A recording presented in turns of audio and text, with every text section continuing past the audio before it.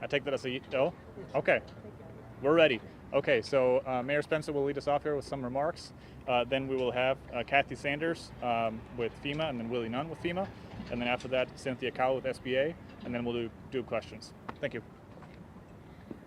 Good afternoon, everyone. I am so glad to stand here today with some of our national partners now, both FEMA and the Small Business Administration, as well as so many leaders from our community here to stand here expanding our efforts to help St. Louisans in this extreme time of need. As we all know, when the tornado struck our city, no city is equipped to deal with a natural disaster the size of this tornado here. We quickly pivoted and were able to address some of the immediate needs here, but as we've been calling for help from our larger partners, as we know, our state has been here with us, helping to expand our capabilities, and now with the help of FEMA and SBA, we have a great team that we know can even better assist our community. This is the next chapter. As I've said so many times before, it was really the community that really stepped up and helped us address the immediate needs. Thank you so much to those folks who've been on the ground. So many community organizations like the Urban League, For the Ville, For the Culture of St. Louis, Action St. Louis, the American Red Cross, the list goes on and on. These are the folks that really held our community together, and now with the help of our state and our federal partners here, we will be able to do so much more. Of course, I can't leave out our city staff who were on boots on the ground doing so much work cleaning up our communities and really driving the immediate response. I'm here today. We are here today to really introduce the community to, like I said, both FEMA and SBA. We are encouraging everyone who is impacted by this tornado, the tornado on May 16th, to apply for FEMA assistance. We know that hundreds and hundreds of you already have applied.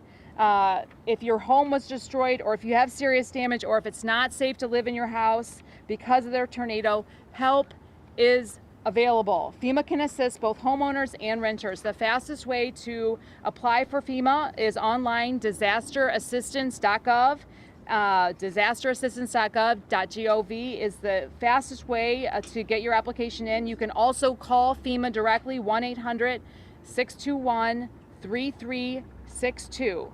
When you apply, tell FEMA about the damage to your home. Provide your contact information and an address where you can get mail now. You'll also want to make sure that you're very clear that this relates to the May 16th tornado. That is very, very important because unfortunately Missouri has had lots of natural disasters, way more than our fair share for a state, and a very unusual number of national natural disasters here in the state of Missouri, so be very clear about that date. Here's what you can expect from FEMA in the days after you apply.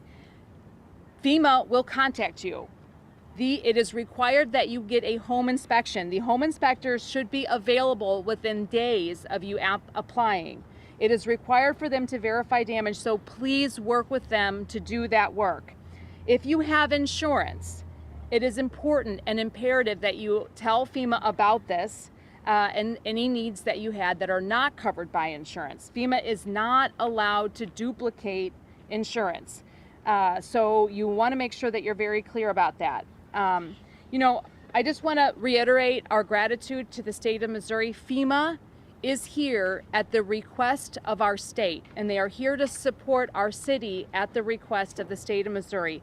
We want to thank our governor and all of the federal partners for making this possible. SBA is a part of that ask. Thank you for being here. And again, that is really just a big part of the collaborative, coordinated approach here from the local, state, and federal side. I also want to announce that we are extremely grateful to our state legislature. Today, the House voted almost unanimously to support the city of St. Louis through two measures. One, $25 million that is available statewide to un- and underinsured related to disasters. The other is specific to St. Louis, $100 million of state aid is coming to St. Louis once it's signed by the governor, and we do anticipate Governor Kehoe to sign that, to aid our city because of this disaster. To all of our state partners, thank you. This is a big lift. This is a big help. We need it, and we're very grateful for it. One last thing on the local side, our Citizen Service Bureau has been an enormous help as we're logging the local complaints here. We've now made it easier for residents to be able to contact Citizen Service Bureau. You can now dial 311, and that will get you directly to our Citizen Service Bureau. So it made that step a little bit easier. I want to thank the CSB for helping to make that a little bit easier for everyone. Now I'd like to turn it over to Kathy Sanders and Willie Nunn from FEMA. Thank you for being here. Thank you, Mayor. Good afternoon, everyone. First, our thoughts to all those who are impacted by this most recent disaster. And I wanted to take a moment and recognize all the tremendous response and recovery efforts taken so far by the city and the state. And we look forward to continuing that partnership. We look forward to continuing to support the state and the city in the recovery efforts. And so with that, I'm going to turn it over to Mr. William Nunn, because he is actually leading the response efforts for FEMA here in the field, and he's probably got more to say than I do. So, Willie. Yes. Good afternoon, everyone. I was told to spell my name is W-I-L-L-I-E, last name Nunn, N-U-N-N. And it's a great opportunity for me to be here. Thank you, Mayor, for your leadership. Thank you to the state of Missouri for really getting the request in, and the request now has been granted as of Monday. And as the mayor said, I just have to reiterate as what the mayor's already said, is that remember, when you're calling in for individuals, remember a report that it was May 16th, those tornadoes, those severe weather, the flooding that happened on May 16th. Words matter. It'll affect what you are eligible for. So apply, because applying also helps us to know what you need. And that gives us a true picture to demonstrate back to the mayor, demonstrate back to the state, and demonstrate back to the FEMA enterprise, which is all here to support the locals. So disasterassistance.gov, please use that as a way to register. The FEMA app, also the number, as the mayor said, 1-800-621-3362, and that 3362 phonetically spells FEMA. So it's easy to do. And also, as we get further and further into this response, and as people call in, they're going to have questions. And so we're going to work with the local community along with the state to make sure we're in the right places, to set up places where they can come to get those questions answered in person. But we're also going to have a call center that's specifically for here. You know, we got a national call center that works, but we also, as we get the numbers here, we'll look at what we need to do to make sure we get down to the last mile of what we need to do to help folks. So again, sorry for your losses, and sorry for those who were affected by this storm. This state has 6 disasters. And those are only the disasters that the president declared, not the ones that didn't meet the threshold that you folks have been working through all of this time. So we're here to support that. It's always federally supported, state managed, and locally executed.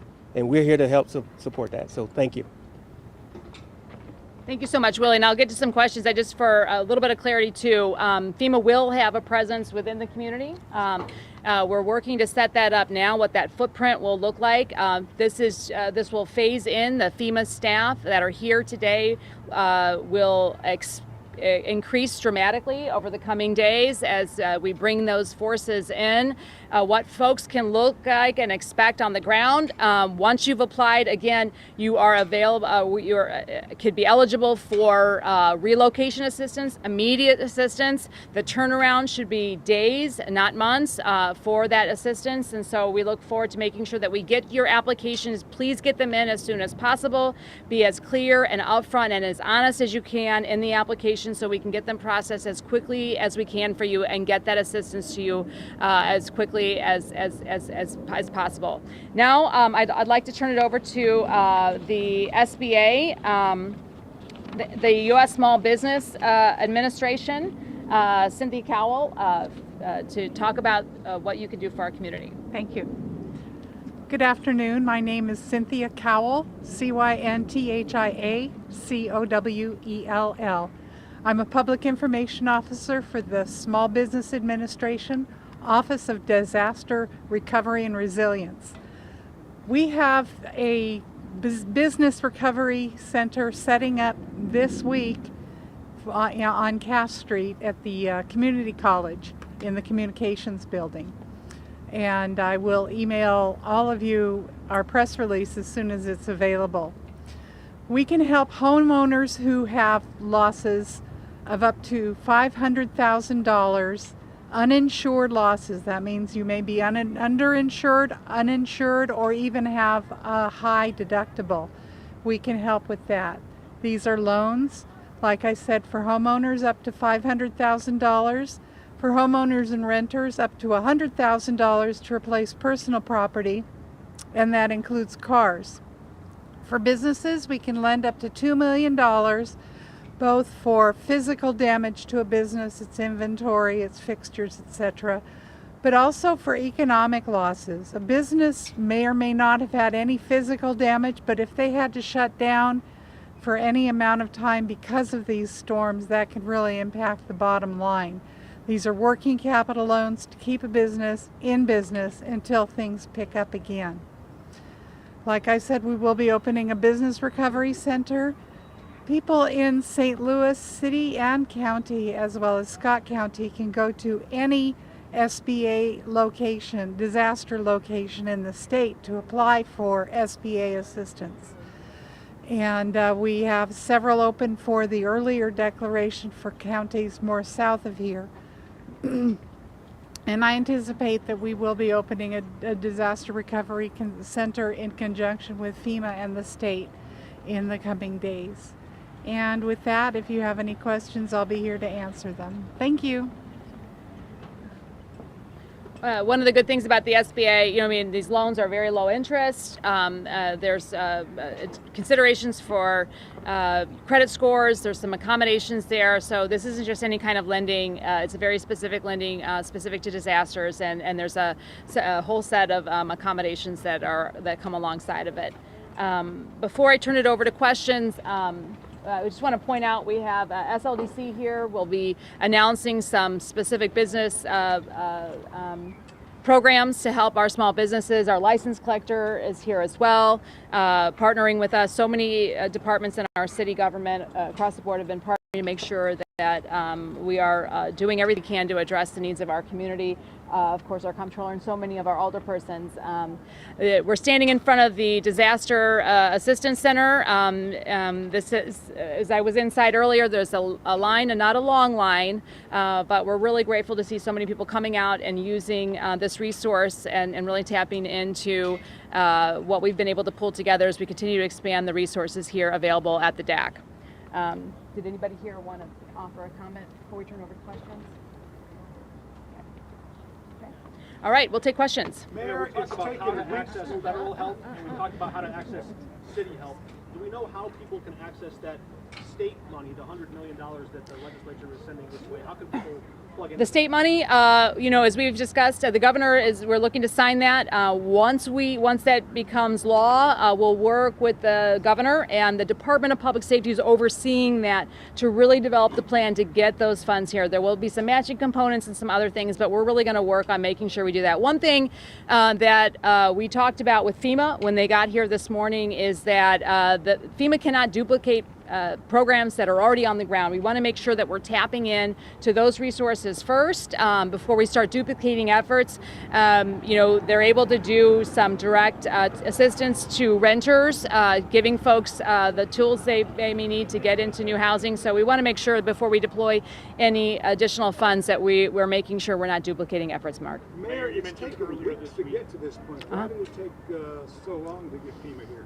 I can't really speak to that. What I can say is that I know I'm very confident that we as a city and our state did everything we could to make sure that they're here. We're grateful that they are here, and they've been a great partner so far in educating us on what they can do, and we're looking forward to moving forward. Mayor, you said earlier in the week that you wanted not just federal help in terms of dollars, but manpower as well. Is there any update on that? Yeah. So, as we've been learning about the ways in which FEMA are going to be able to be here with us, there is going to be a significant manpower component to it. The outreach, the direct-to-consumer, the direct-to-resident approach of making sure the applications and kind of what we're doing here, we're working that out as we speak. I don't have a concise answer for you right now, but we do know that, as I mentioned earlier, the FEMA staff that are here right now are going to increase in number significantly over the coming days, and we'll be able to see what that presence looks like then. Mr. Nunn, maybe a question for you. Yes. Beyond just accepting those applications and cutting checks for direct assistance, should the public expect to see any FEMA people helping stand up housing, shelter, anything physical beyond just the paperwork and application process?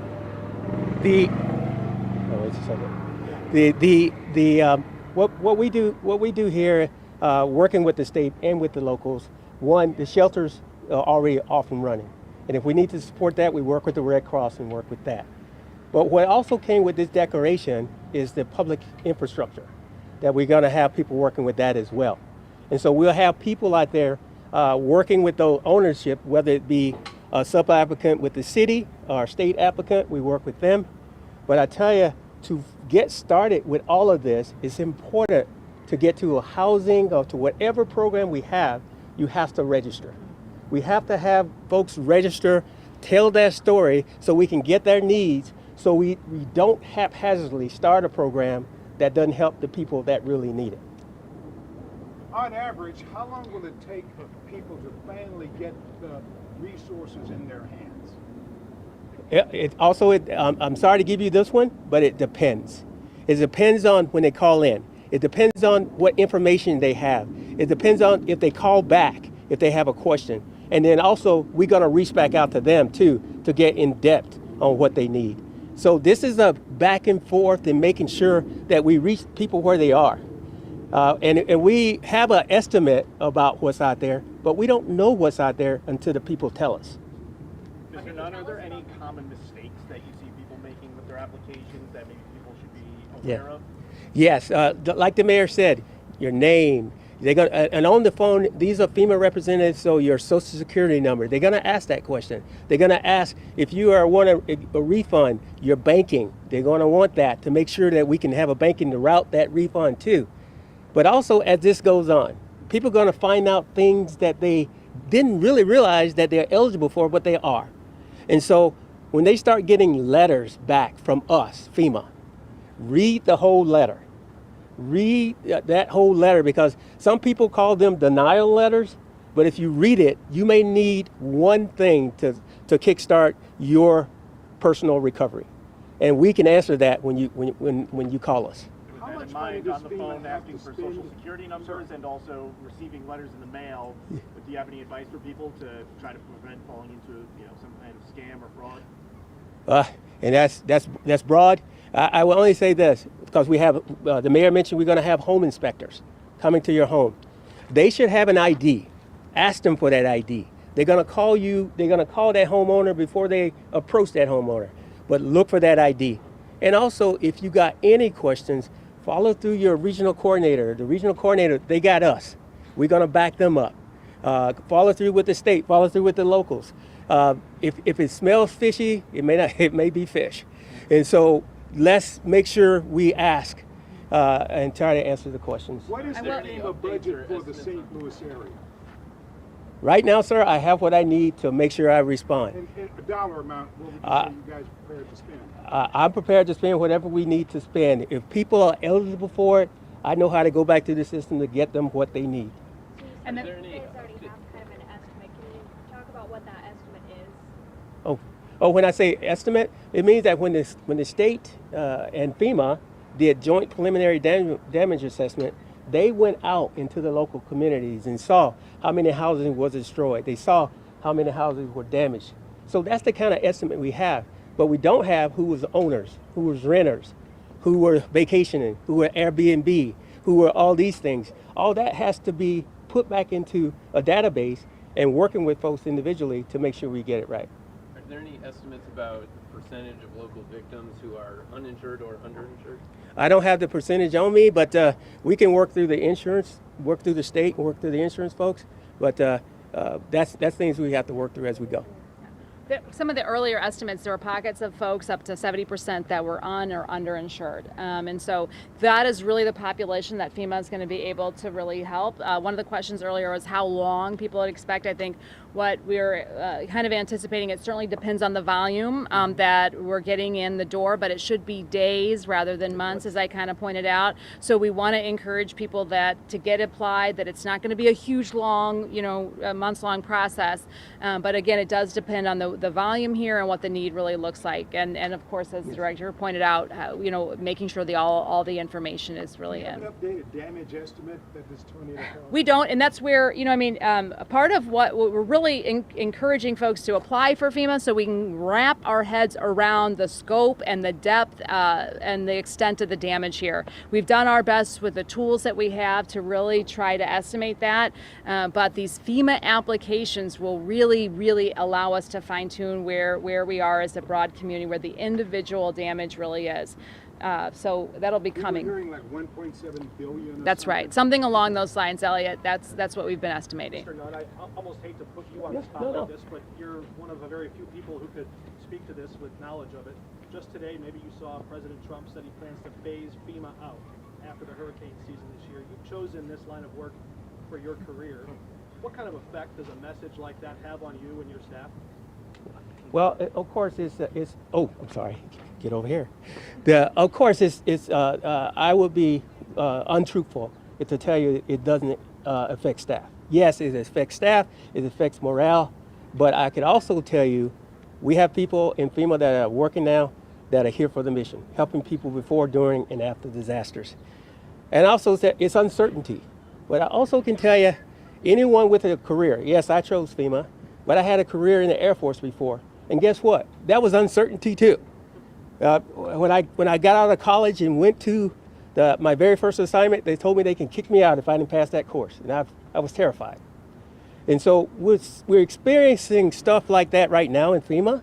However, we got good people who are out there on the ground that are here with me, the people that I'm going to bring in to help with that and work with the state and work with the great mayor. I think we're going to do good things. Just to follow up on Mark's question, what would happen to communities like St. Louis if FEMA were faded out? Well, I don't know the answer to that question, but I know this. This is what I do know. That early on, it was talked about eliminating FEMA totally. This hurricane season, we are operating along the same lines we did last hurricane season. Yes, FEMA will be looked at for efficiencies, how we can do things better, but that has yet to come out. But we are here today. We're here today to respond, to recover, transition to long-term recovery as best as we can.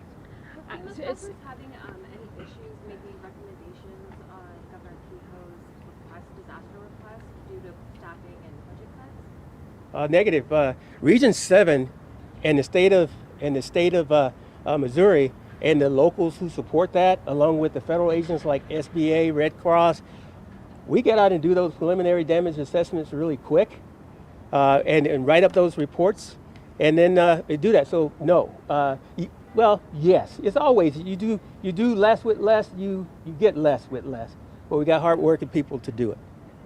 I work closely with behavioral health response, and we've seen firsthand how urgently mental health support is needed across the community. Is the city open to continue or expand collaborations with DHR and local crisis response units?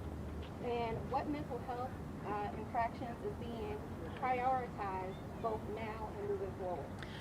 The mental health toll is immeasurable. That's one of those things, we're working hard to figure out the building damage, but the trauma that our communities are experiencing and will continue to experience in the coming days, weeks, months, years is truly something we couldn't even begin to quantify. We are open to continuing that work. I think, to answer, I'll dovetail this into one of the questions I would have, it's hard for FEMA to answer the question, what what would life look like without FEMA? Because that's a difficult question to be asked in your shoes. I could tell you, as a city, it would be devastating. We have exhausted ourselves, our city workforce, the nonprofit, the community organizations are exhausted because we've been holding this disaster here locally with the help of our state partners. And with that, and having FEMA here, being on the ground, being able to help with that direct assistance to residents, helping them get into short and long-term housing is truly, truly so very needed.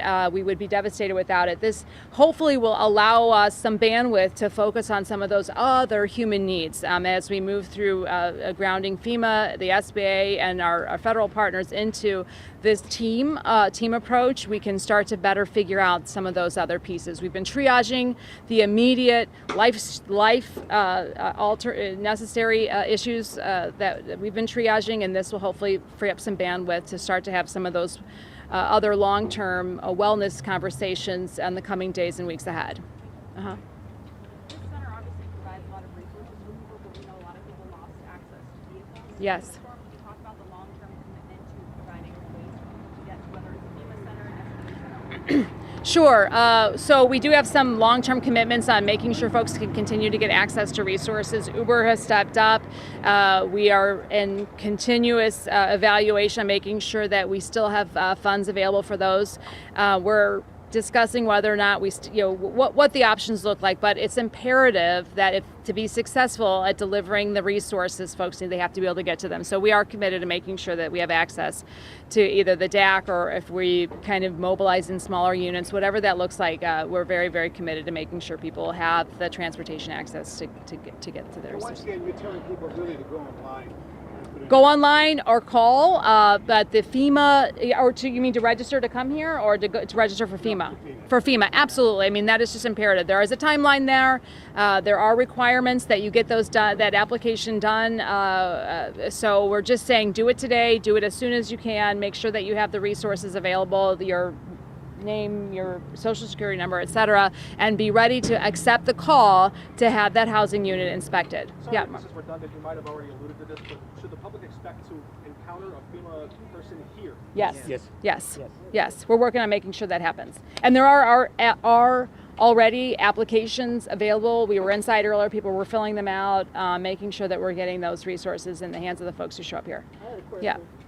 So, 4293 Sanders Avenue, I was born and raised at the house. The bricks are still falling. The man that owned the church is complaining about the bricks on the lot. Mm-hmm. And my father's deceased. But we have a will, and I was saying, if you have the will and you lost the house of disaster that we had the house for 56 years, could we still apply for FEMA? If you have been impacted by the tornado in any way, shape, or form, please apply for FEMA. So yes, I think what FEMA can do for you will depend on those specific circumstances, but we are encouraging and really strongly encouraging everybody impacted to make sure that they apply for FEMA. Please do that. I'll wrap up. Any other questions? I know it's warm. We brought out some cold water, but does anybody have any one last question before? Are you breathing a huge sigh of relief? I will say one important thing here is we are not taking our foot off the gas. We are really grateful to have these additions to our team here, and this is certainly going to make our response more robust. We are not going to take a rest, and it's important that we don't. Our community has tremendous needs. We know that as the weight of this tornado bears down on our residents here, it is not going to get easier. As the temperatures rise, as weather continues to bring in rain and other things, there are continuing to be issues. So Elliot, I'm grateful, but I am not resting yet, and none of us are. None of us should be. So we're going to continue to do the work. We'll take your questions offline, but thank you all for coming out today. I want to really thank the coordinated approach of the entire legislative branch. The Board of Aldermen has, I've never seen this city so united on the elected side, the community side, the nonprofit, the corporate side. We know our community is hurting, and I'm just incredibly proud and honored to be a part of this very, very broad team working to meet the need that we have in our community right now.